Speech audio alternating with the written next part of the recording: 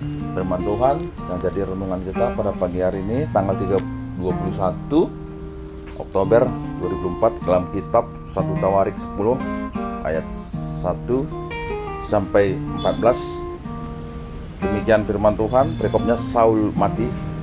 Orang Filistin berperang melawan orang-orang Israel. Orang-orang Israel melarikan diri dari hadapan orang Filistin dan banyak yang mati terbunuh di pegunungan Gilboa. Orang Filistin terus mengejar Saul dan anak-anaknya dan menewaskan Yonatan, Abinadab dan Malkisua anak-anak Saul. Kemudian makin beratlah pertempuran itu bagi Saul. Para pemanah menjumpainya dan melukainya.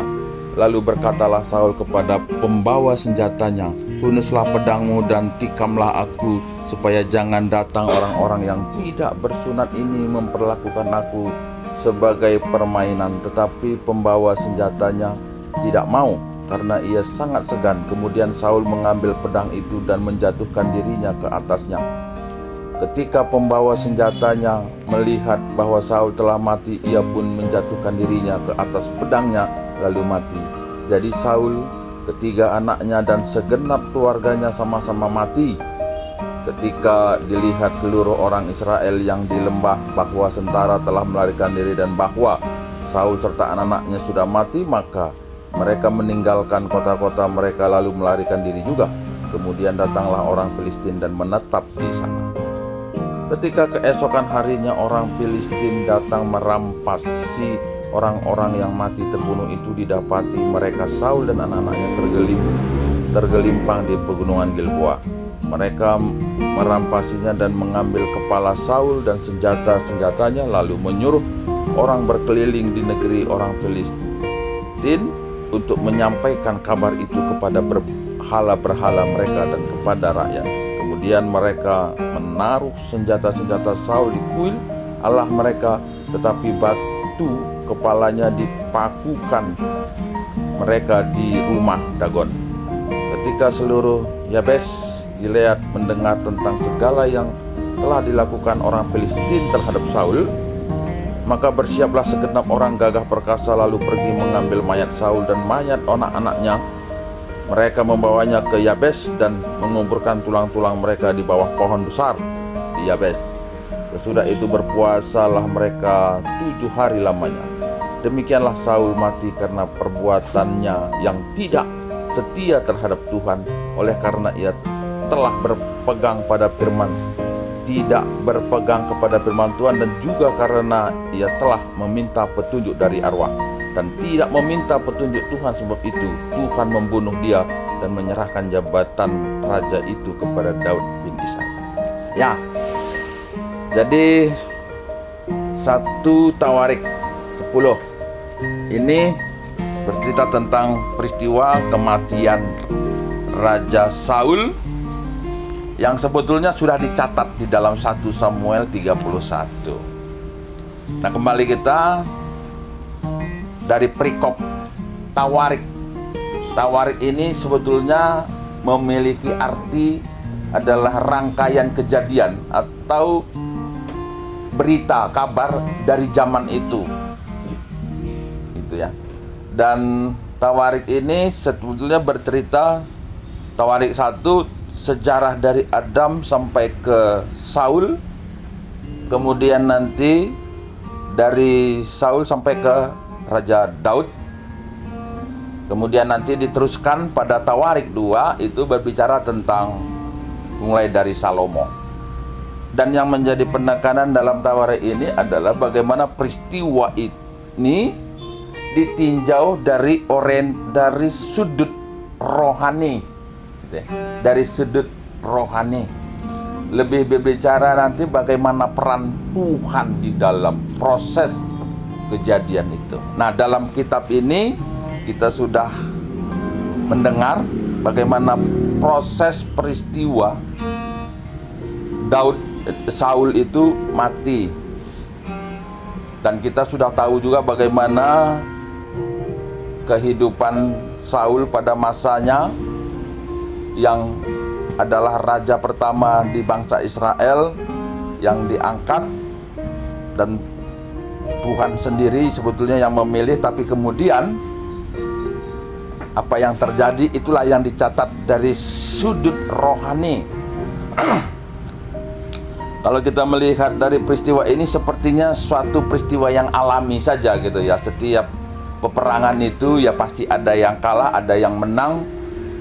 Dan banyak orang bercerita tentang peristiwa peperangan itu, banyak faktor yang menentukan, mungkin keahlian, mungkin banyaknya personel, mungkin ahlinya personel, mungkin dari persenjataan dan lain sebagainya. Mungkin pada saat ini juga kalau kita lihat dari bangsa-bangsa, orang sudah bisa menentukan kalau terjadi peperangan satu bangsa dengan bangsa yang lain.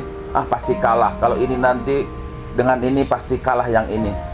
Tapi dalam perikop ini kita disampaikan lagi bahwa apapun yang kita pikirkan dalam logika pikiran kita, Alkitab ini membawa kita bahwa bukan kemampuan, bukan personil yang banyak, bukan karena persenjataan yang canggih yang memberikan kemenangan bagi suatu bangsa atau negara.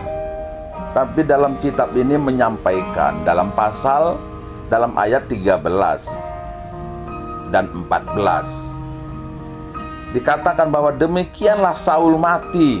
Kenapa mati? Karena perbuatannya yang tidak setia terhadap Tuhan. Oleh karena ia tidak berpegang kepada firman Tuhan, dan juga ia tidak meminta petunjuk, dan juga karena ia telah meminta petunjuk dari arwah. Nah, jadi bukan karena Saul itu terlalu lemah, bukan karena orang Filistin yang terlalu hebat, tapi oleh karena Saul tidak mendengar suara Tuhan. Karena Saul tidak lagi meminta petunjuk kepada Tuhan dengan istilah ketaatan. Ketika ketaatan itu mulai berkurang, peran serta Tuhan juga akan makin jauh. Dan bukan kemenangan yang dituai, tapi justru kekalahan. Dan dalam hidup ini pun banyak hal yang kita hadapi setiap hari. Banyak tantangan, hambatan yang kita hadapi setiap hari. Tapi marilah kita belajar dari firman Tuhan. Ketika kita mengalami satu kesulitan dalam hal ini, mungkin satu penyakit, dan mungkin penyakit itu menurut logika pikiran orang adalah penyakit yang mematikan, yang sulit untuk disembuhkan. Tapi marilah kita belajar dari firman Tuhan ini. Ketaatan kepada Tuhan dan petunjuk kepada Tuhan dengan firman-Nya akan memberikan kemenangan demi kemenangan bagi siapapun yang percaya. Alkitab ini, firman Tuhan ini menyatakannya. Saul itu bukan dibunuh oleh tentara Filistin dalam dunia iman spiritual rohani, tapi walaupun orang melihatnya itu orang Filistin, tapi Alkitab ini mencatat, ya, tapi Alkitab ini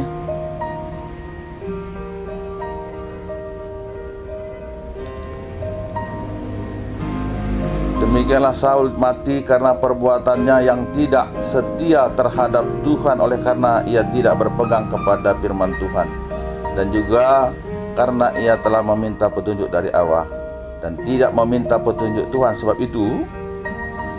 itu Tuhan membunuh dia. Nah, jadi Tuhan sendiri yang melakukan itu. Alkitab ini mencatatnya. Walaupun dalam pikiran orang, mungkin pada zaman itu gitu ya, orang bilang orang Filistin luar biasa. Bukan orang Filistin yang luar biasa, tapi karena Daud yang tidak taat. Bukan orang Filistin yang membunuh dia. Alkitab mencatat Tuhan yang membunuh dia. Jadi marilah kita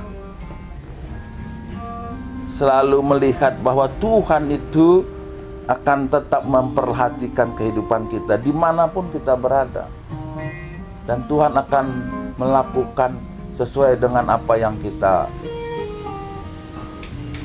lakukan ketika kita taat Tuhan memberi berkat. Tapi ketika kita tidak taat, Tuhan sendiri yang melakukan hukumannya.